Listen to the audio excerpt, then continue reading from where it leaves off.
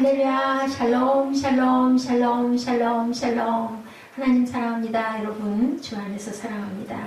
오늘 갈라디아서 3장 말씀 우리 함께 6절부터 14절까지 합독했습니다. 믿는 사람의 복이라는 제목으로 우리 함께 좀 내용을 해석해서 보면서 나중에 줄거리 부분에 어떤 하나님의 영적인 메시지 함께 전달해 가도록 합니다. 말씀 읽어보니까 내용이 다 이해가 가는 말씀이죠. 아브라함이 야훼를 믿으니 6절에 보니 야훼께서 이를 그의 의로 여기셨다. 로마서 4장 11절에 그가 할례의 표를 받은 것은 무할례시의 믿음으로 된 의를 인친 것이니 이는 무할례자로서 믿는 모든 자의 조상이 되어 그들도 의로 여기심을 얻게 하십니다. 할례자나 무할례자나 똑같이 의로 여기심을 뭐하는 자만 믿는 자만 그죠? 꼭 믿어야 된다. 다른 아무것도 다 필요 없다. 무조건 믿으면 된다. 자 10절에도 보니까 우리 율법 행위에 속한 자들은 저주 아래에 있나니 기록된 바 누구든지 율법책에 기록된 대로 모든 일을 항상 행하지 아니하는 자는 근데 항상 행할 수가 없잖아요. 그죠? 항상 절대로 그거는 불가능하다라고 했기 때문에 이런 자들은 모두 다 저주 아래에 있다. 또 하나님 앞에서 아무도 율법으로 말미암아 의롭게 될 수가 없어요. 그래서 뭐라고요? 의인은 오로지 믿음으로 살리라. 이렇게 말씀을 하고 있습니다. 더 이상 말을 할 필요도 없죠. 중요한 것은 의인은 믿음으로 살리라. 다른 어떤 것도 그것을 따라갈 수가 없다.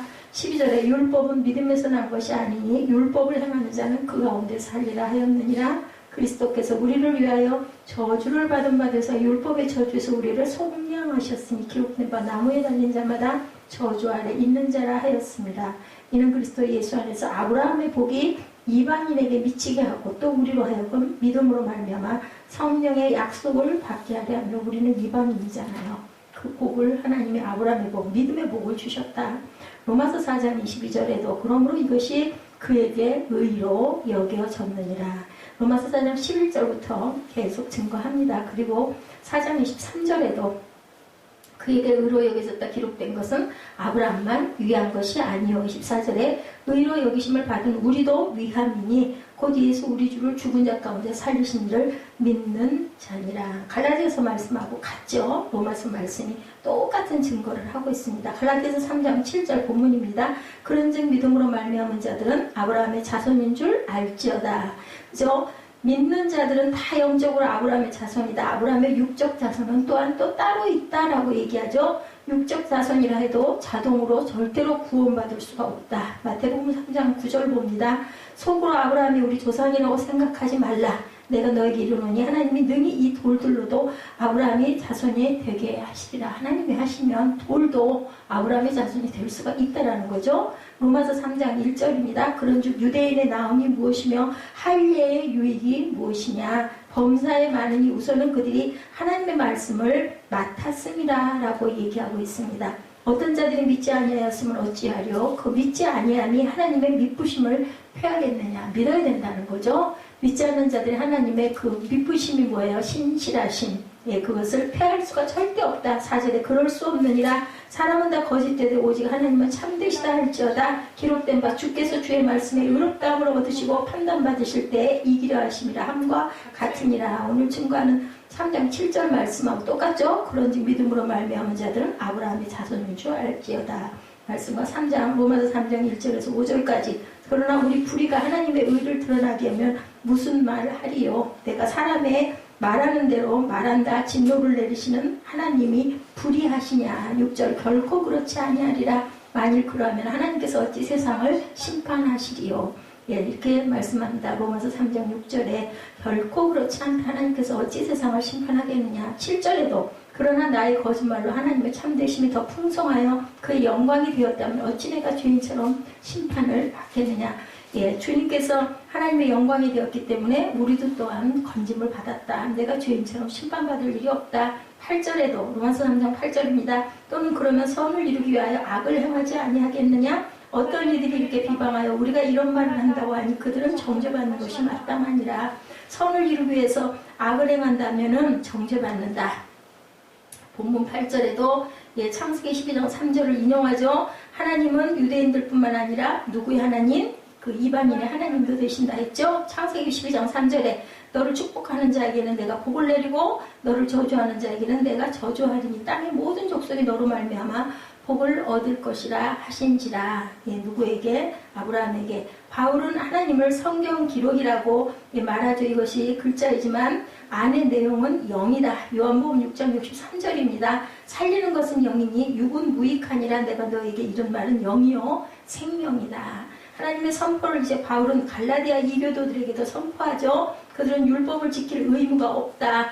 예루살렘 회의의 결과예요. 이 얘기는 사도행전 15장 9절에서 11절 내용이죠. 사도행전 15장 9절에서 11절입니다. 믿음으로 그들의 마음을 깨끗이 하사 그들이나 우리나 차별하지 아니하셨느니라. 그런데 지금 너희가 어찌하여 하나님을 시험하여 우리 조상과 우리도 능히 매지 못하던 멍에를 제자들의 목에 두려느냐. 그러나 우리는 그들이 우리와 동일하게 주 예수의 은혜로 구원받은 줄을 믿노라 하니라. 이렇게 증거하고 있습니다. 이 예루살렘 회의의 결과예요. 이게 갈라디아서 3장 9절 본문입니다. 그러므로 믿음으로 말미암은 자는 믿음이 있는 아브라함과 함께 복을 받느니라. 아브라함의 복은 믿음에서 온다. 그러므로 믿음의 후예들은 동일한 복을 누릴 수 있다. 창세기 15장 6절에 아브라함이 야훼를 믿으니 야훼께서 이를 그의 의로 여기시고 15장 18절에 그날에 여호와께서 아브라함과 더불어 언약을 세워 이르시되 내가 이 땅을 애굽 강에서부터 그 큰 강 유브라 때까지 내 자손에게 주겠다. 주셨죠. 500년 후에 여호수아 시대에 주십니다. 주시는 역사가 우리 그 이스라엘 역사 가운데 나타나 있죠. 그리고 창세기 12장 1절입니다. 야훼께서 아브라함에게 이르시되 너는 너의 고향과 친척과 아버지의 집을 떠나 내가 네게 보여줄 땅으로 가라. 그게 500년 동안 일어난 일이에요. 그래서 땅 나누기가 어디까지 가나안에 들어가서 이루죠. 내가 너로 큰 민족을 이루고 내게 복을 주어 내 이름을 창대하게 하리니 너는 복이 될지라. 너를 축복하는 자에게는 내가 복을 내리고 너를 저주하는 자에게는 내가 저주하리니 땅의 모든 족속이 너로 말미암아 복을 얻을 것이라 하신지라. 오늘 본문 말씀하고 같은 말씀입니다. 갈라디아서 3장 16절입니다. 이 약속들은 아브라함과 그 자손에게 말씀하신 것인데 여럿을 가리켜 그 자손들이라 하지 아니하시고 오직 한 사람을 가리켜 내 자손이라 하셨으니 곧 누구세요? 그리스도라. 이렇게 증거합니다. 3장 10절이죠. 본문 무릇 율법 행에 속한 자들은 저주 아래 있나니 기록된 바 누구든지 율법책에 기록된 대로 모든 일을 항상 행하지 아니하는 자는 저주 아래 있는 자라 하였습니다. 율법은 기본적으로 사람을 정죄해서 저주하는 것이다. 이게 뭐냐면 우리가 다 지킬 수가 없기 때문에. 그래서 고린도후서 3장 7, 8, 9절에 보니 돌에 써서 새긴 죽게 하는 율법 조문의 직분도 영광이 있어 이스라엘 자손들은 모세의 얼굴에 없어질 영광 때문에도 그 얼굴을 주목하지 못하였거든. 하물며 영의 직분은 더욱 영광에 있지 아니하겠느냐. 정죄의 직분도 영광이 있은즉 의의 직분은 영광이 더욱 넘치리라.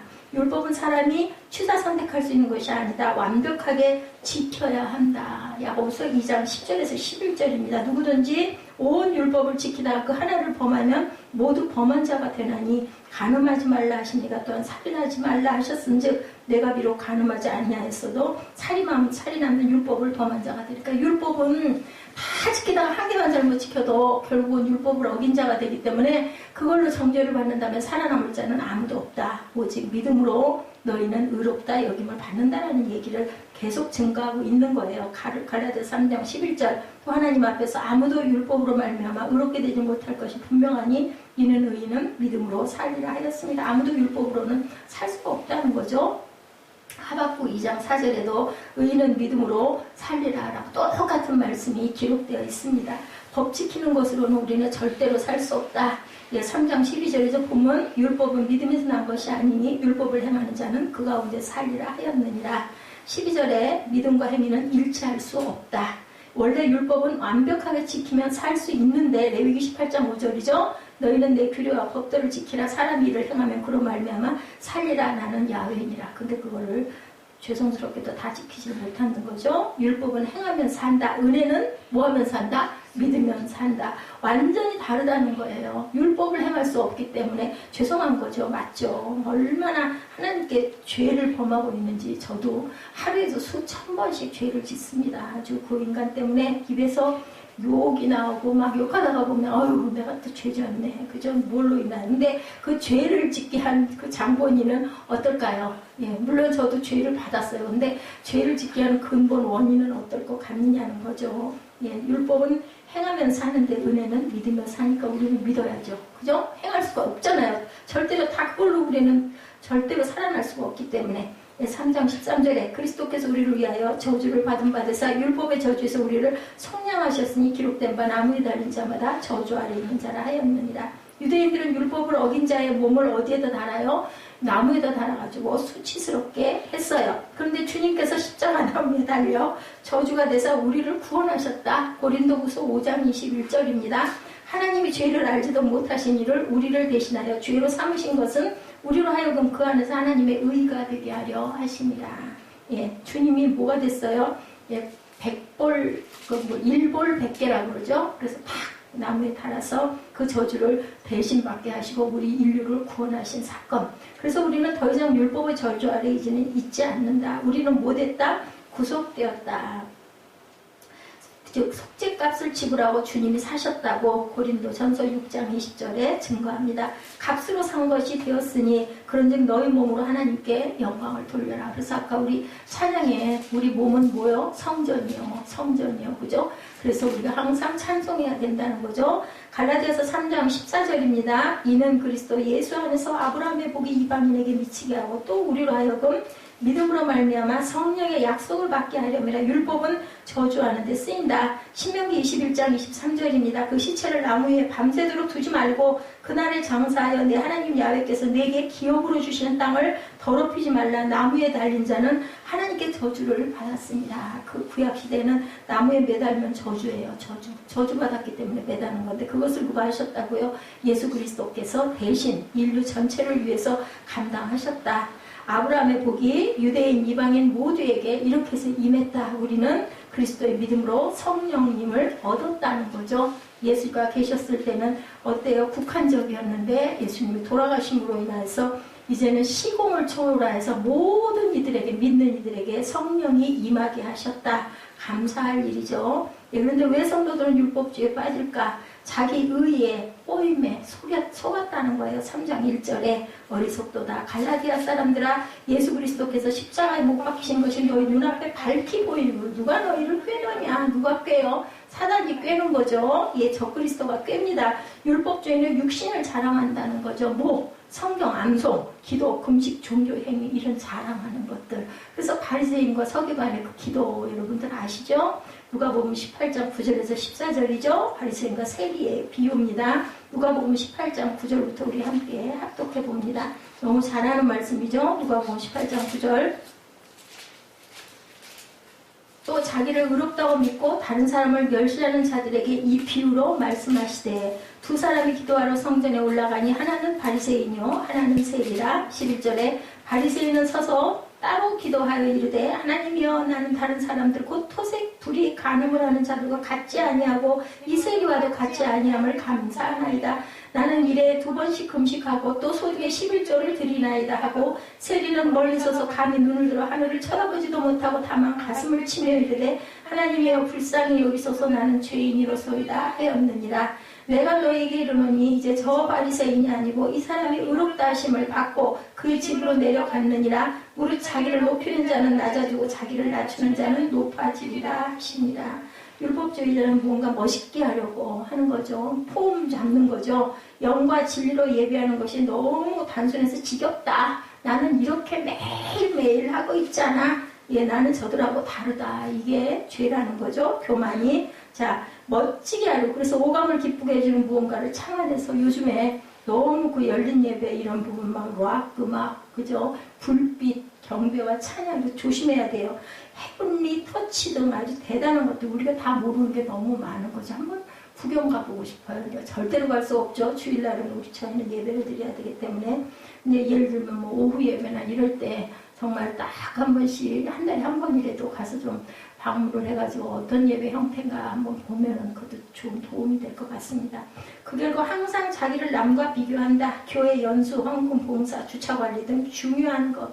그렇지만 그런 것들로 내가 높아지려고 해서는 안 된다. 하는 이만큼만 이건 오히려 거기 죄, 자기 의에 빠지는 거죠. 이것을 의롭게 되려 하면 오산이다. 절대로 그래서는 안 된다. 여기서 빠져나올 줄 알아야 된다. 그렇기 때문에 그런 것들이 어떻게 보면 걸림돌이 될 수 있는 거죠. 그만 못한 사람들 보고 니들이 그게 신앙이냐 이제 이런 식으로 바라보는 거 아주 교만 안 되죠.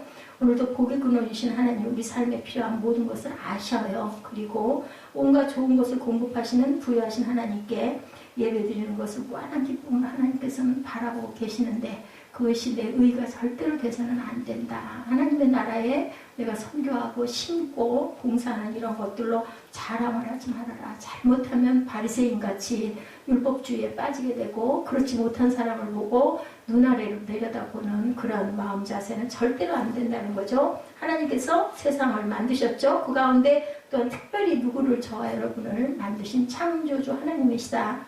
조금도 부족함이 없는 세상에서 오는 풍요로움을 사람으로 하여금 누리도록 해주는 것이 하나님의 계획이고 목표였었어요. 근데 왜 이렇게 세상이 점점 안악해질까요? 뭐 때문에? 에덴 동산의 죄 때문에 절대로 세상에서는 평안만 있는 삶을 살 수가 없는 거죠. 그래서 심지어는 어디 가라고 그래요? 공동묘지 가라고. 문제가 없으려면 거기밖에 갈 데가 없다고 그러죠. 깨끗한 땅과 하늘과 물 오염되지 않은 갖가지 과일, 곡식, 맹수조차도 길들여진 강아지처럼 뛰노는 동산. 우리가 바라보는 게 그거죠. 거기다 세상 아무 것과도 바꿀 수 없는 사랑하는 사람, 행복에 필요한 모든 조건이 구비되어 있었는데 그만. 그죠? 아담과 하와는 어땠을까요? 날마다 행복이 충만했을 것 같아요. 먹고 싶으면 먹고 나무 그늘에서 자고 싶으면 끌어안고 자고 또 사람도 아담하고 하와 둘밖에 없으니까 주변을 볼 필요도 없어. 둘밖에 없으니까 절대로 죄 지을 일도 없죠. 엄청나게 행복했을 건데 그들을 하나님께서 축복하셔서 풍요로운 삶을 살아가도록 이끄시는 하나님이셨는데 지금 우리의 예배를 받으시는 분이 그런 아버지셨다. 그런데 그만 변심을 하죠. 뭐 때문에? 뱀 때문에. 이 눈이 더 밝아질 거야 하는 꾀임에 저 같아도 밝아지고 싶었을 것 같아요. 좀 호기심이 나지 않아요? 오, 하나님처럼 밝아진대. 밝아질까봐 너 그거 먹지 말라고 하셨대. 그러면 솔깃할 수 있을 것 같아요. 사탄은 이렇게 들어온다. 가만히 그럴듯하게 멋지게 그죠? 아주 포장을 해서 들어온다는 것. 뿔 달린 마귀의 형상으로 다 도망가지. 그거 따라갈 사람 아무것도 없어요. 근데 절대 아니다. 우리가 그걸 꼭 알아야 된다는 거죠. 평안으로 충만 가슴을 안고 잠자리에 우리가 들고 나는 정말 충분히 행복하다고 자신 있게 말할 수 있다면 10년 후, 20년 후에도 여전히 나는 너무너무 행복하다고 변함없이 말할 수 있겠는가? 그렇게 말해도 좋은 근거는 무엇일까? 절절한 사랑의 고백을 하는 표현을 흔히 영원히 사랑한다고 말하죠. 제가 요즘에 그 사랑 그 드라마를 좀 보잖아요. 그리고 그 대리만족도 없고 또 비교해보기도 하고 그런 사랑이 정말 세상에 여기저기 있겠다라는 생각도 합니다. 근데 저렇게 정말 뭐 눈에다 넣기도 아플 만큼 그렇게 사랑한다라고 하던 그런 사람들이 한 5년, 10년 정도 조금 지나고 나면 어때요? 무덤덤해지잖아요. 변하는 건 인간의 사랑이다 싶더라고요. 근데 어쨌든 아름답잖아요. 아름다운 마음을 품기는 아주 가장 좋은 것 같아요. 그리고 기쁘고 그죠? 대신 그냥 행복해지는 마음이 들죠. 해와 달이 변해도 내 마음은 절대로 변하지 않을 거야 라고 항상 다들 그렇게 맹세를 합니다. 근데 그건 결론으로는 새빨간 거짓말이 되고 만다. 그런 고백을 실행할 만큼 인생의 길이는 길지가 않다. 사람마다 정말로 만족할 만큼의 행복에 이르지 못하고 있다. 다만 적절한 수준에서 타협하는 행복을 말할 뿐이다. 인간의 사랑은 쳐다보고 살지 말고 뭐하고 살자고 내려다보고 살자고. 제가 오늘 그 부분을 봤어요. 아주 요즘에 보면은 그런 아주 대단한 그 뭐 아주 무슨 그룹의 그 회장 막 이런 사람들이 아주 멋진 청년들로 다 나타나잖아요. 아주 막 박력 있고 너무너무 좋죠. 저 사람이 갖고 있지 못한 게 뭐냐라고 누가 물어보니까 그 남자를 사랑하는 여자가 그 얘기를 하더라. 굉장히 가난한 집 딸이에요. 근데 그 얘기를 하더라. 저 사람은 절대로 땅을 내려다보고 가본 일이 없을 것이다. 빨간 벙어리 저금통에 동전을 저축해 본 일이 없을 것이다 라고 얘기를 하더라고요. 그리고 길에서 떡볶이나 순대를 먹어본 일도 없을 것이다. 그랬더니 그 남자가 한 7, 8가지를 대는데 정말 얘기를 듣다 보니까 맞아요. 그런 겉으로 보기엔 너무 화려하고 멋져 보이는데 속으로 너무너무 외롭고 고독한 거죠. 그래서 결국은 그 남자가 그의 7, 8가지를 다 스스로 실천을 하는 그런 모습을 봤습니다. 왜냐하면 사랑은 사람을 그렇게 변화시켜요. 따라가게 만들죠. 근데 그 마음이 영원히 있어야 말이지. 그죠? 그때 빠져 있을 때는 그런데 나중에 어떻게 돼요? 도로 제 색깔을 찾는 경우가 너무나 많다는 거죠. 그래서 사람은 사랑할 존재지 믿을 존재가 아니다. 믿는 건 누구만? 창조주 하나님만 믿어야 된다. 절대로 속으면 안 돼요. 고쳐줘야죠. 서로. 그죠? 내게 부족한 걸 상대방이 또 갖고 있으니까 상대방으로 인해서 나도 변화를 받고 나로 인해서 상대방도 변화를 주고 둘이 그래서 연합을 하고 열심히 사는 거죠. 근데 사람 인자 보면 이렇게 서로 의지하고 있잖아요. 한쪽으로 치우치면 안 돼요. 쓰러져요. 그렇기 때문에 항상 나도 내 것을 지니고 팍 서 있을 줄 알아야 된다. 너무 의지하고 쏟아지다 보면 결국은 어떻게 돼요? 도태될 수가 있기 때문에 정말 같이 버팀목이 되는 관계, 그런 부부들이 사실은 성공하는, 그러지 거기서 자녀가 태어나면서 또 자녀가 하나의 끈이라는 얘기를 하죠. 그렇게 하면서 자녀를 기르면서 공동의 목표를 향해서 가죠. 그 자녀를 잘 길러야 되겠다. 하나님 나라를 증거하고 전하고 가야 되겠다라는 목표를 갖고 부부가 합심해서 연합이 돼서 하나로 잘 가면 좋은데 거기에 그만 사단이 틈타게 되면 그 행복도 순식간에 깨져버린다. 자, 온전한 행복을 포기하자는 말, 어떻게 보면 쳐다보고 살지 말고 내려다보고 살자는 말은 지혜로 삼지만 사실은 포기하자는 말이기도 하다. 인간은 오래전에 행복을 포기한 존재다. 온전한 행복. 모든 인류는 아버지 집을 뛰쳐나온 어떤 아들, 둘째 아들 같은 그러한 존재들이다. 맞아요. 둘째 아들이 어떻게 되었어요? 행복했어요? 아니잖아요. 다 탕진하고 나중에는 거지가 되어가지고 먹을 것도 없어가지고 나 좀 돼지가 먹는 주염 열매도 나는 못 먹었으니까 아버지나 이거라도 먹게 해주시옵소서 하고 쫓아가죠. 근데 아버지는 어때요? 씻기고 잔치 베풀고 손에다가 금가락지 끼워주고 새우 데펴주고 누구예요? 하나님이 우리에게 하시는 부분입니다.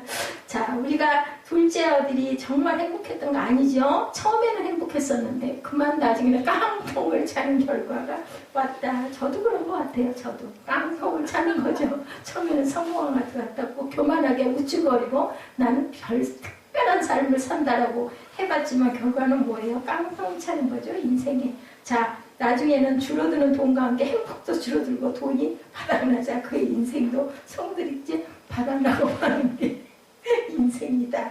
자, 우리는 그 탕자의 모습에서 하나님 없이 사는 인생의 미래를 볼 수가 있다. 딱 맞잖아요.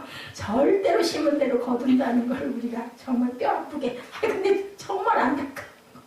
우리 후대들이 그걸 모른다는 거예요. 아무리 얘기를 해도 겪어가야 아는 거라서 정말 그게 너무너무 가슴이 아픕니다. 안타깝죠. 공부해야 된다. 그렇게 어떡하려고 그러니 그래도 절대로 말 안 들어요. 어떻게 하나님한테 맡길 수밖에 없죠. 아주 얼굴이 이글이글이 그냥 점점 커져. 어디까지 커지려는지 알 수가 없어요. 쳐다볼 수가 없어. 무병장수도 행복을 보장하지 못한다는 거 알아야 된다. 병이 아무리 없으면 뭐래요? 다른 걸로 인해서 환란이 오는데, 그죠? 진정한 행복이 어디 있는지, 어떻게 참된 행복이 이르는지 부지런히 찾아야 하는 거죠. 재산이나 지위를 얻으려고 흘리는 땀 이상으로 건강을 위해 기울이는 노력 이상으로 참 행복의 근거를 찾는데 우리가 뭐 해야 된다? 열심을 내야 된다. 우리가 사람의 복이에요.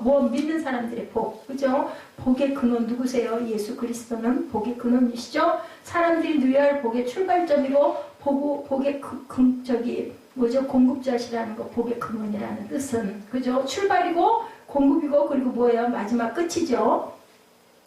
그러므로 당연히 참 행복을 맛보며 소유하고 그것을 영원토록 누리고자 하는 사람이라면 어디에 나와야 된다? 믿음 앞에, 하나님 앞에 나와야 된다. 어떤 것을 누려도 결국은 뭐 한다고요? 깡통을 차는 신세가 되기 때문에 뭐 하냐면 천국을 바라보지 않으면 아니 결국 죽잖아요. 죽는 건 누구에게 넘어가서 죽어요. 그 세월이 60년이든 70년이든 80년이든 90년이든 결국 90년 후에는 결국은 사단에게 우리가 먹히거든요. 우리 육신은 가잖아요. 절대로 그걸 그냥 넘어 패스오버는 없어. 죽음은 꼭 한번 겪어야 되는데 이왕 죽을 거 어떻게 죽어요? 그리스도 안에서 온전하게 죽어야 다시 새 생명이라도 받을 거 아니냐는 거죠. 하나님은 행복의 미로에서 길을 잃은 인류를 뭐하고 계세요? 오늘도 저와 여러분을 부르고 계신다. 예수 그리스도를 그 미로에 보내시고 방향을 모르고 헤매는 우리의 손을 붙잡아 주시고 복에 끊어진 하나님께 이렇게 인도하시는 분 성령 하나님이시죠. 그런 주님의 손에 우리는 과연 붙잡혀 있나, 그것을 깊이 묵상하는 저와 여러분 되시기 바랍니다. 예수 그리스도를 주님으로 믿기 때문에 하나님을 모셔서 아버지라고 부르는 사람들에게 이제 세상에 믿음 없는 사람이 누리지 못하는 풍성한 축복을 우리는 과연 누리고 있는가도 또한 생각해 봐야 된다. 안 믿는 사람이나 우리가 똑같다면, 그죠? 물론 행동에 별 차이는 없어요. 보면 욕할 때 나도 욕하고 그렇지만 그래도 우리 마음엔 뭐가 있어요? 회개의 영이라는 게 있잖아요. 뭐 할 때, 찬송할 때, 말씀 읽을 때. 저는 그 시편이 그렇게 은혜가 와요. 그 우리 예배 전에 그 묵상하는 시편 있잖아요. 오늘도 읽은 그 시편 57편이 그렇게 가슴에 와서 찔림이 돼요. 하나님께서 저를 그런 은혜를 주십니다.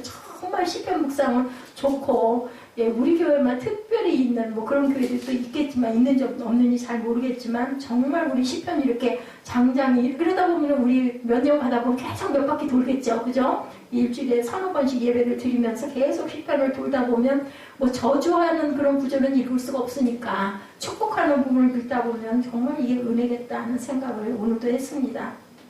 자, 우리는 그런 주님의 손에 붙잡혀 있나를 한번 잘 묵상해 봐야 된다. 세상 사람들이 갖지 않은, 나만 특별히 예수 믿어서 있는 어떤 평안, 축복이 있는가, 그런 그 평강이, 물론 그게 뭐 계속 24시간 그렇지는 않지만 그래도 어느 순간, 그죠? 다른 사람들이 갖고 있지 않은 어떤 이런 마음, 이런 기쁨, 정말 묘한, 그 뭐라고 설명할 수 없죠. 성령이 주시는 그 마음의 그 뭐랄까 따스함 같은 거, 그 어떤 그 부푼 충만함 같은 거, 그런 것이 우리에게 있어야 된다. 우리가 그 축복을 누리고 있는가? 성경이 약속하고 있는 만큼 과연 누리고 있는가? 하나님을 알고 예수 그리스도를 주님으로 믿으면서도 그렇지 않은 사람들과 다를 것이 없다면 정말로 이건 생각해 봐야 된다. 정말 안타까운 일이다. 뭐가 잘못됐나 생각해 봐야 되는 거죠. 천국 가서 누릴 것이니 참고 견디자고 하는 것은 온전한 신앙이라고 볼 수가 없어요. 예수께서 말씀하시죠. 내가 온 것은 양으로 생명을 얻고 더 풍성히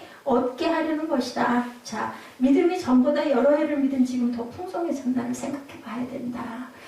정말 그래요. 요즘에는 막 은혜를 많이 받으시는 분은, 제가 처음에 은혜 받을 때 1980년 도죠. 80년 초죠. 83년 제 기억에.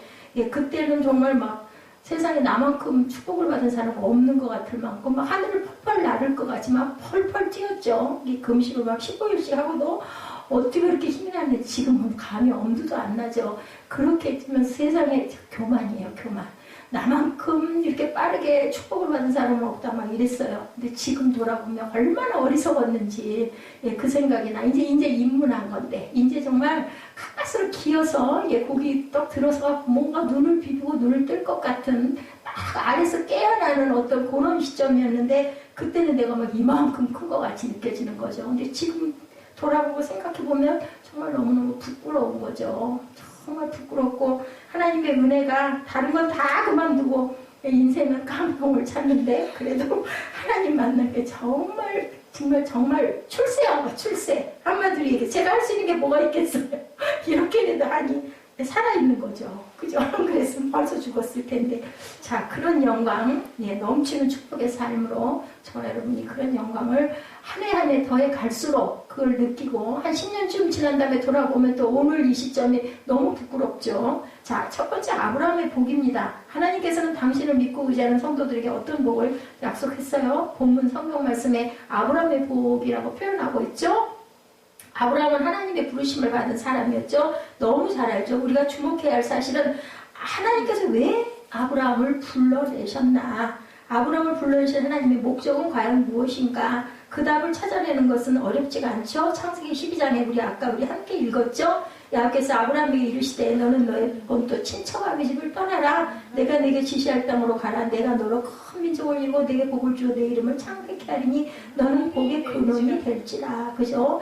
이 말씀을 달리 해석할 필요도 없죠. 하나님께서 아브라함을 하여금 풍성한 복을 누리게 해주시겠다. 근데 오늘 본문에 보니까 뭐라 그래요? 그 아브라함의 복을 믿는 자, 그 믿음을 믿는 자들 다 축복해 준다. 이방인에게도 그 복을 똑같이 주신다라고 그러죠. 그것의 하나의 롤 모델로 아브라함을 딱 만들어 놓으신 거예요.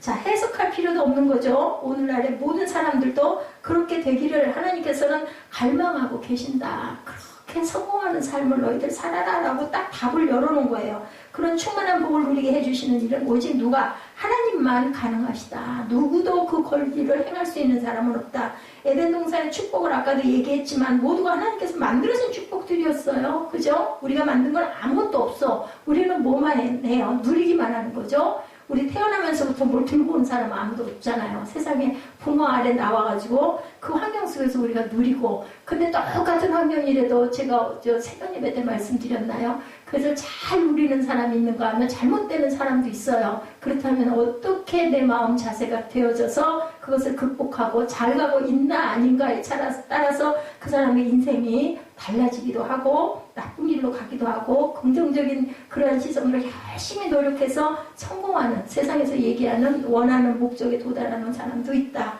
부르신 하나님께서는 그에게 에덴과 같은 축복을 회복시키고자 하셨어요. 계속해서 우리에게 믿음을 주시고 하나님 앞으로 불러주신 목적도 또한 똑같다. 너에게 뭐를 주겠다고? 에덴을 주겠다는 거예요. 아브라함에게 주셨던 그 복을 너에게 주겠다. 에덴의 풍성함을 누리도록 어디에서? 세상에서도 하게 해주겠다.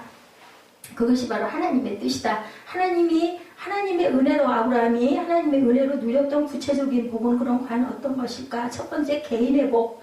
초기에 아무도 그를 주목하지 않았죠. 수많은 사람 중에 그저 하나에 불과했어요. 애굽의 바로는 미인인 누구? 그의 처 사라를 빼앗아가려고 하죠. 그것을 하나님께서 막아주십니다. 역전시켜 주신다. 제가 들은 말 중에 아주 기가 막힌, 이거는 믿음하고는 조금 상관이 없는 얘기인데, 뭐라 그러죠?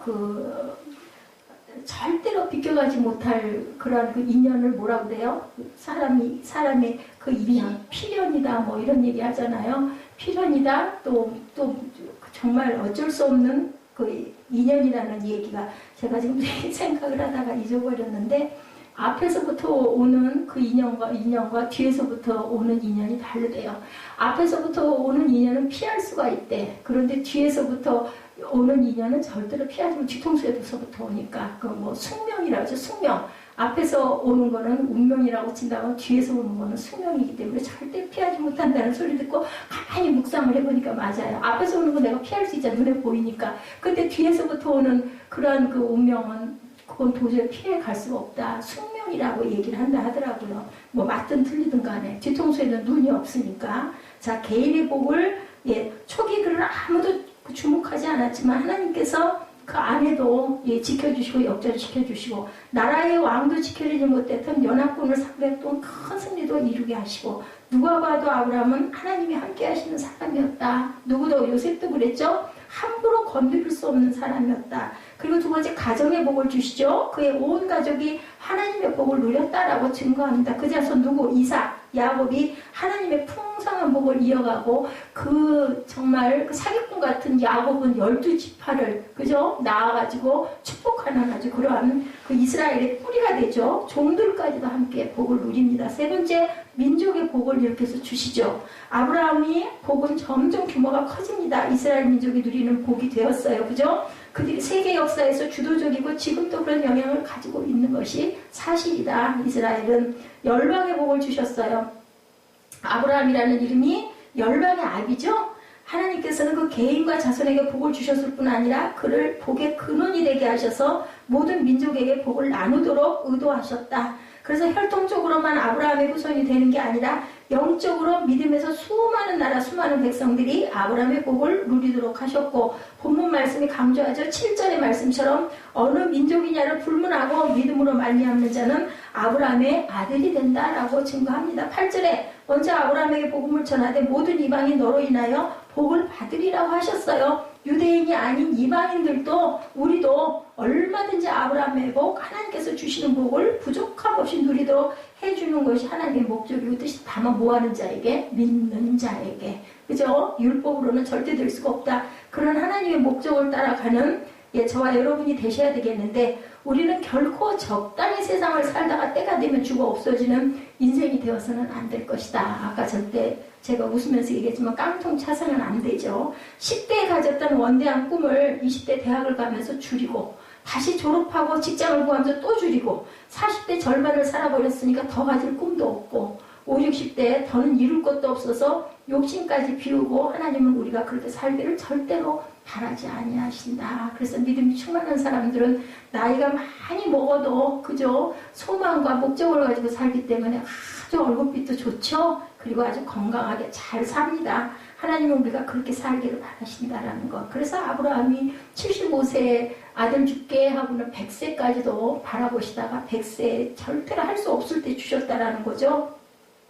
아브라함처럼 그런 축복을 받으면 얼마나 좋을까. 그런 복을 하나님께서는 분명히 오늘 본문에서 주시겠다고 얘기했어요. 그리고 두 번째, 그리스도 안에서 14절에 이는 그리스도 안에서 아브라함의 복이 이방인에게 미치게 하고 이방인인 우리들이 어떻게 해야 누구 안에서 아브라함의 복을 누리나. 어디 안에서? 그리스도 안에서. 왜 그리스도 안에서이겠는가? 세상에는 어떻게 해야 복을 많이 누리게 될까? 돈이 많아야 돈 안에서. 그렇게 믿기에 가장 열심히 하는 것이 뭐예요? 돈 버는 일에 목숨 걸죠. 그런 사람들은 양심도 팔죠. 그렇게 해서 돈을 많이 버는데 성공할 수 있을지는 모르나 그러나 결코 복된 삶은 누리지 못하는 걸 우리가 봅니다. 참된 행복을 누리려고 하는 사람은 어떻게 해요? 그리스도 안에 있는 사람이 되어야 된다. 13절에 그리스도께서 우리를 위하여 저주를 받은 바 되사 율법의 저주에서 우리를 속량하셨으니 우리 모두는 이미 오래전에 하나님의 축복에서 벗어나 저주 아래 있는 존재였었다. 하나님은 모르고 하나님을 부인하고 살았던 그런 불신과 저주를 해결하지 않고는 안 돼요. 재산이 아무리 많아도 지위가 높아도 참된 복을 절대로 누리지 못한다는 것을 아신 거죠. 그러므로 하나님의 풍성한 축복을 누리기 원하는 사람이라면 반드시 불신과 저주에서 벗어나야 된다. 그래서 나무에 달린 자마다 이렇게 얘기를 하죠. 어떻게 벗어날 수 있다고요? 그리스도 안으로 들어가야 한다. 예, 뭐 너무 잘 알죠. 갈라디아서 2장 20절이죠. 예, 이제는 내가 사는 게 아니라 그리스도 예수 안에서 있는 내가 주님께서 나를 대신해서 사는 것이다. 그리스도께서 또 말씀하십니다. 계시록 3장 20절에 볼지어다 내가 문 밖에 서서 두드리노니 누구든지 내 음성을 듣고 문을 열면 내가 그에게로 들어가 그로 더불어 먹고 그는 나로 더불어 먹으리라. 같이 먹어야 된다. 연합이에요. 연합. 중요한 거는 믿음의 맨 마지막은 꼭 연합이라는 걸 잊지 말아야 된다. 부활도 연합해야 부활할 수 있다는 거예요. 절대로 어떻게 하면은 그것이 깨지면은 분산이 되면은 절대로 아무것도 이룰 수 없다. 요한복음 1장 12절이죠. 영접하는 자 곧 그 이름을 믿는 자들에게는 하나님의 자녀가 되는 권세를 주셨어요. 스스로의 의지로 결단하고 예수 그리스도를 마음에 모셔드리고 주님으로 구원자로 믿으면 그리스도 안에 있는 사람이 된다. 그렇게 하면 지금까지 모든 죄를 용서받고 죄의 형벌인 저주에서 완전히 벗어나게 되는데 이것이 결코 어려운 일이 아니라는 거예요. 뭐만 하면, 믿기만 하면. 그 믿음이라는 게 문제죠. 하나님의 말씀 그대로를 받아들여서 실천하는 일보다 그 결과가 확실하고 더 쉽고 복된 방법은 없다. 그대로 받아들여서 실천해야 된다. 혹은 그리스도 안에서만 하나님의 참된 복을 누릴 수 있다고 하는 주장이 독선으로 들릴지 모르지만 사람들이 생각하는 복된 길이 여러질 수도 있죠. 본문에서도 또 다른 길이 나오고 있습니다. 10절에 율법행위, 그죠? 그 방법으로 살면 율법 안에 있는 사람이라고 해도 되겠는데 근데 그걸 무릇 율법행위에 속한 자들은 저주 아래 있대요. 왜냐하면 못 지키기 때문에. 그죠? 그걸 지켜야 되는데 거기 나와 있죠? 그걸 지키면 될 텐데 안 된다는 거죠. 일평생 모든 일에서 평균 100점이 아닌 사람은 모두 다 저주 아래 있다. 다 100점 맞아야 돼요. 올 100 맞으면 된다는 거예요. 근데 그거는 불가능한 거다. 절대로 이루어질 수 없는 거죠. 마치 순백색 페인트에 검은 잉크 한 방울만 섞여도 그건 순백색이 아닌 거와 똑같다라는 걸 우리가 알아야 된다. 예수 그리스도의 십자가만이 우리가 범한 죄가 우리에게 가져오는 저주를 없앨 수 있다라는 것. 그러므로 그리스도 안에 있는 사람들은 완전히 저주에서 벗어나고 하나님의 복의 시작, 복의 근원이 된다. 세 번째로는 성도의 특권. 그리스도 안에 있는 사람에게는 어떤 특권이 따르나 하나님 자녀가 되는 특권을 누리게 된다고. 요한복음 1장 12절이죠. 아까 우리 함께 합독했죠. 영접하는 자 곧 그 이름을 믿는 자들에게는 하나님의 자녀가 되는 권세를 주셨다고 해요. 내 힘으로가 아니라 하나님이 주신 권세로, 권능으로 하나님이 자녀이면 가장 높으신 분의 아들과 딸이라는 의미죠. 왕자나 공주의 지위를 초월하는 특권을 성도들이 가지고 있다. 그죠? 왕자나 공주는 사람인데 하나님의 자녀는 뭐예요? 우리도 그죠? 작은 예수가 되기 때문에 그죠? 그렇기 때문에 그 상속권을 가지고 있다. 하나님 앞에 담대히 나아갈 수 있고 언제든지 아버지의 도움을 받을 수 있다. 뭐요? 그죠? 왕자에 나가면 뭐를 만져야 된다고요? 그 귤을 만져야 된다고 그러죠? 안 그러면 죽는다고 그러죠? 그게 바로 뭐예요? 예수 그리스도의 이름이죠? 그렇게 우리는 승리를 한다. 자, 그리고 기도응답의 특권도 누리게 된다. 요한복음 16장 24절에 지금까지 너희가 내 이름으로 아무것도 구하지 아니하였으나 구하라. 그리하면 받으리니 너희 기쁨이 충만하리라. 이 약속의 말씀이 사실일진데 기도야말로 무한한 특권이 아닐 수 없다. 근데 많은 성도들이 기도를 의무로만 하기 때문에 그것이 능력이 일어나지 않는다라는 것을 우리가 알아야 된다. 무엇이나 들어주시고 어떤 일에서나 도와주시는 아버지를 우리가 믿고 온전하게 믿음으로 의지할 줄 알아야 된다.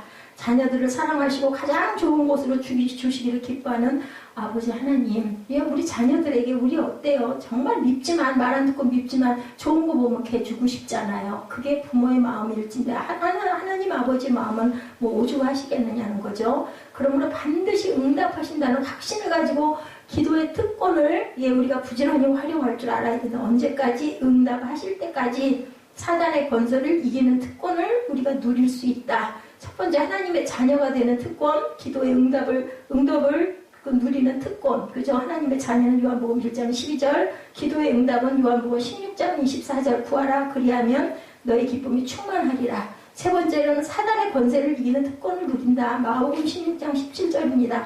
믿는 자들에겐 이런 표적이 따르리니 저희가 내 이름으로 귀신을 쫓아내며 새 방언을 말한다라고 말씀하죠. 영적 세계에 분명히 악한 세력들이 있어요. 그 우두머리가 사단이라고 성경은 분명하게 밝히고 있다는 거죠. 뭐였었어요? 사단은 광명의 천사로 과장하죠. 루시퍼 아니에요? 루시퍼. 그죠? 사람의 힘은 사단보다 약해요. 사실은 누구든지 그 미혹에 빠질 수 있고 죽을 수밖에 없어요. 그러나 성도에게는 사단을 이기는 권세, 예수 그리스도의 이름을 가졌기 때문에 그 이름으로 선포할 때 우리는 사단을 물리칠 수 있다. 뭘로? 말씀으로 대비하고 나가죠. 그래서 영적인 전신갑주를 입어야 된다. 네 번째로는 천사가 돕는 특권을 우리는 누린다. 히브리서 1장 14절입니다. 모든 천사는 부리는 영으로 구원 얻은 후사들을 섬기라고 보내심이 아니뇨. 하나님께서 명하셔서 천사라 여금 성도들을 돕게 하신다. 성령과 동행하는 특권을 누리죠. 내가 아버지께 구하겠으니 그가 다른 보혜사를 너에게 주사 영원토록 너희와 함께 있게 하시리니. 요한복음 14장 16절입니다. 성도는 어느 장소 어떤 일에도 홀로가 아니에요. 우리에게 오셔서 떠나지 않고 항상 함께 하시는 성령께서 우리를 늘 돕고 계시는 것이다. 그리고 여섯 번째로 세계 정복의 특권을 누린다. 마태복음 28장 18절에서 20절 너무나 유명한 말씀이죠. 예수께서 나와 일러 가라사대 하늘과 땅의 모든 권세를 내게 주셨으니 그러므로 너희는 가서 모든 족속으로 제자를 삼아 아버지와 아들과 성령의 이름으로 세례를 주고 내가 너희에게 분부한 모든 것을 가르쳐 지키게 하라. 볼지어다 내가 세상 끝날까지 항상 너희와 함께 있으리라 하시니라. 천지 창조 후에 아담과 하와에게 축복하신 하나님의 말씀을 우리가 늘 기억하죠. 창세기 1장 28절에 그들에게 복을 주시며 그들에게 이르시되 생육하고 번성하여 땅에 충만하라. 땅을 정복하라. 모든 생물을 다스리라. 이렇게 말씀하셨어요. 이제 우리는 복음의 능력을 가지고 세상으로 나아가서 모든 족속으로 제자를 삼아야 된다. 그 특권을 부여받았기 때문에 좁고 좁은 이 지역에서 무엇이 되어보자는 수준이 아니어야 된다. 온 땅이 성도 앞에 펼쳐져 있고 땅 끝까지 복음으로 정복하도록 부르시는 사명이 누구에게? 저와 여러분에게 성도들에게 있다라는 것. 그러므로 당연히 하나님은 세계를 향하여 복음의 비전을 가지고 나아가는 사람에게 가장 큰 특권을 부여하고 계신다라고 말씀합니다.